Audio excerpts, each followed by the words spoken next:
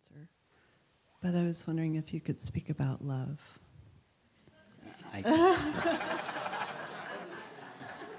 There are very few things I can't speak about, but love is one of them.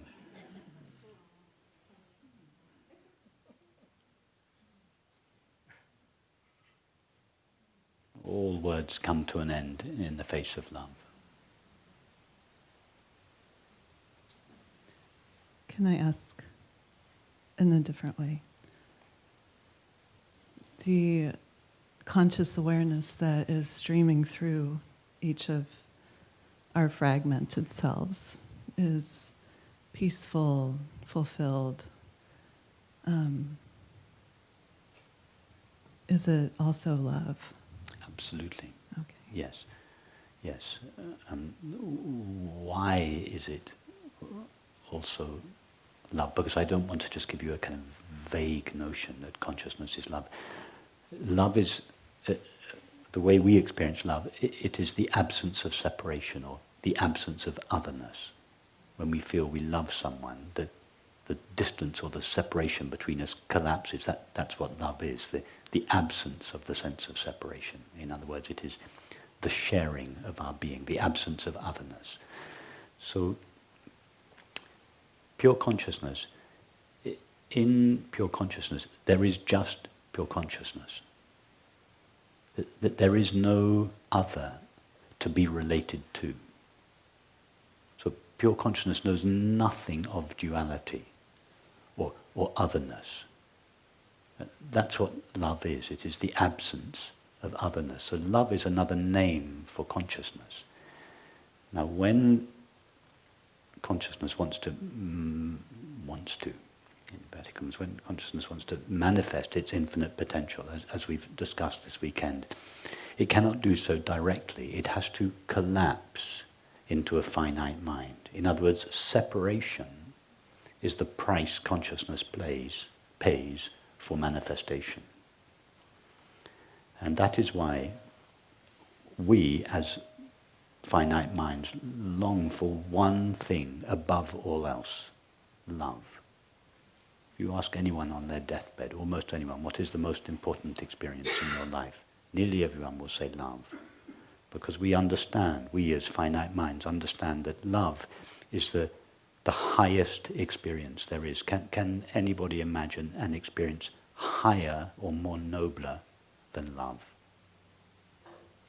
No, we all know that love is the height of experience. And so all finite minds, so from the perspective of the finite mind, we know apparent separation, apparent otherness, but the one thing the finite mind wants above all else is to be divested of the sense of separation. That's why we love friendship. It's why we love intimate relationship, because in friendship and intimate relationship, the sense of separation, to a greater or lesser extent, dissolves, and reality, pure consciousness, or in this case love, shines. So consciousness, it's not that love is an attribute of consciousness. Love is another name for consciousness. Love, that means the absence of otherness, the absence of two. So love is in fact, at the level of the finite mind, we consider love to be a relationship. We consider love to be a feeling that takes place between two people. Love is not a relationship. Love is the dissolution of relationship. It is the collapse of relationship. It is not possible to love another person. In the experience of love, the self and the other dissolve. That's why Rumi said this beautiful thing. He said, true lovers never really meet one another. They are in each other all along. Love is not a meeting of two people. It is the dissolution of the apparent separation between self and other, and the revelation of the prior unity of these two apparently separate selves. So love is not an experience that a separate self has.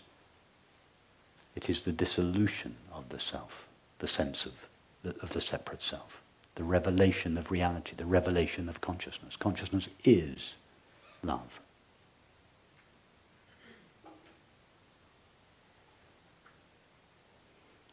And that is why the separate self, which is of course made of pure consciousness, there is this recognition. So love is the trace that infinite consciousness leaves of itself in the finite mind. So love is a trace of God's presence in the mind. And the mind, although everything it knows is limited, it recognizes that the experience of love is something that is beyond itself. The finite mind recognizes that love, the experience of love is like a divine intervention in its life. That is why we value love above all else. Is that the longing that one feels to return to that love? Yes, the experience of longing is love veiled.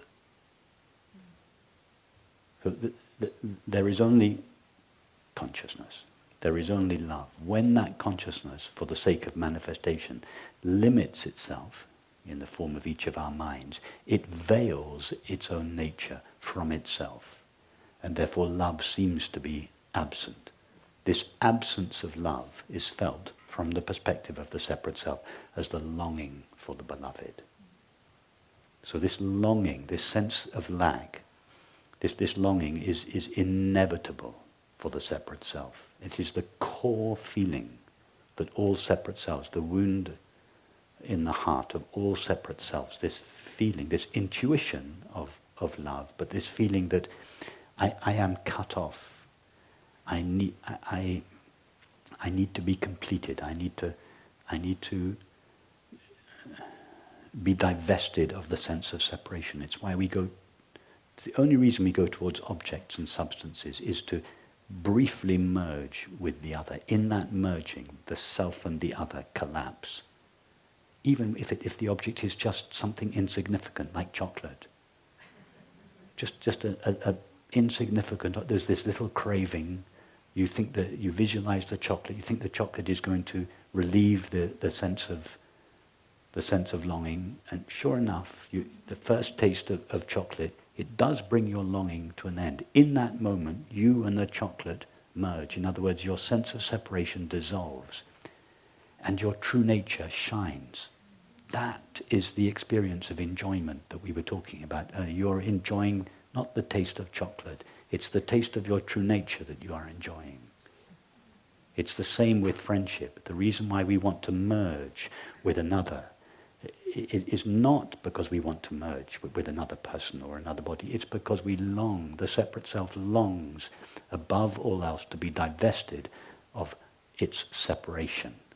And as a result, to stand revealed in its original form, its prior unlimited form, which is love itself.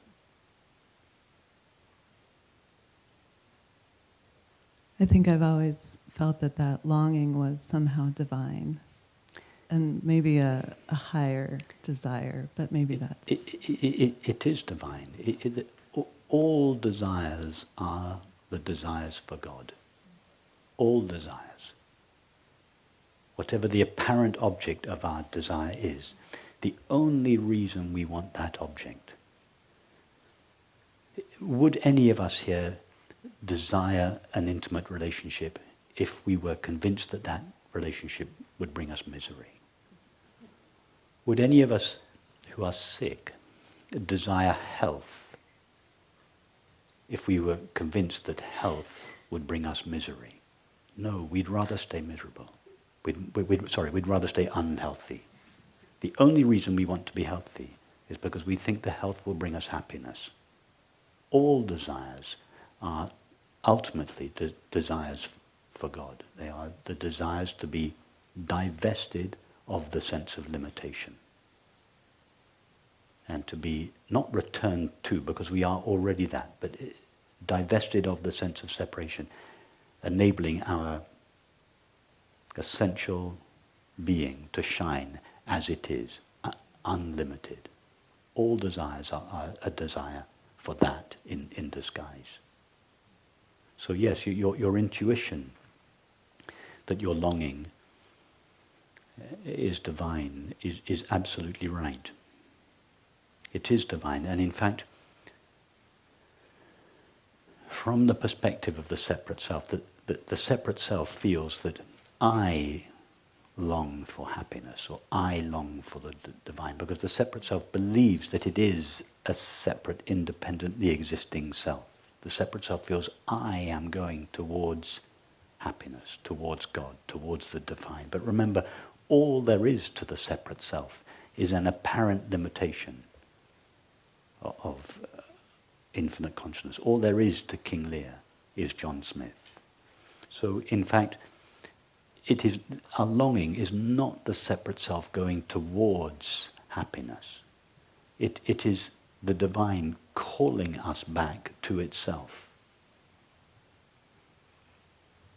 So that having contracted itself into a finite mind, that infinite consciousness just wants to go back to its natural state. That impulse in consciousness to go back to its natural state of expansion is felt from the level of the finite mind as the desire for happiness or the longing for God. It's not really the separate self that desires happiness or longs for God. There is no separate self to long for God or to desire for happiness. There is just consciousness with its nature of love and unconditional joy and imperturbable peace that contracts itself. And as a result of this contraction, there is this natural impulse in it to go back to its state of equilibrium. That impulse in consciousness to go back to its natural state is felt from the point of view of the individual as the desire for happiness. I desire happiness. It's never the separate self that desires happiness. It is consciousness that veils itself with its own activity. As a result, seems to cut itself off from its innate peace and love and fulfillment, and as a result, unveils itself and returns to itself again.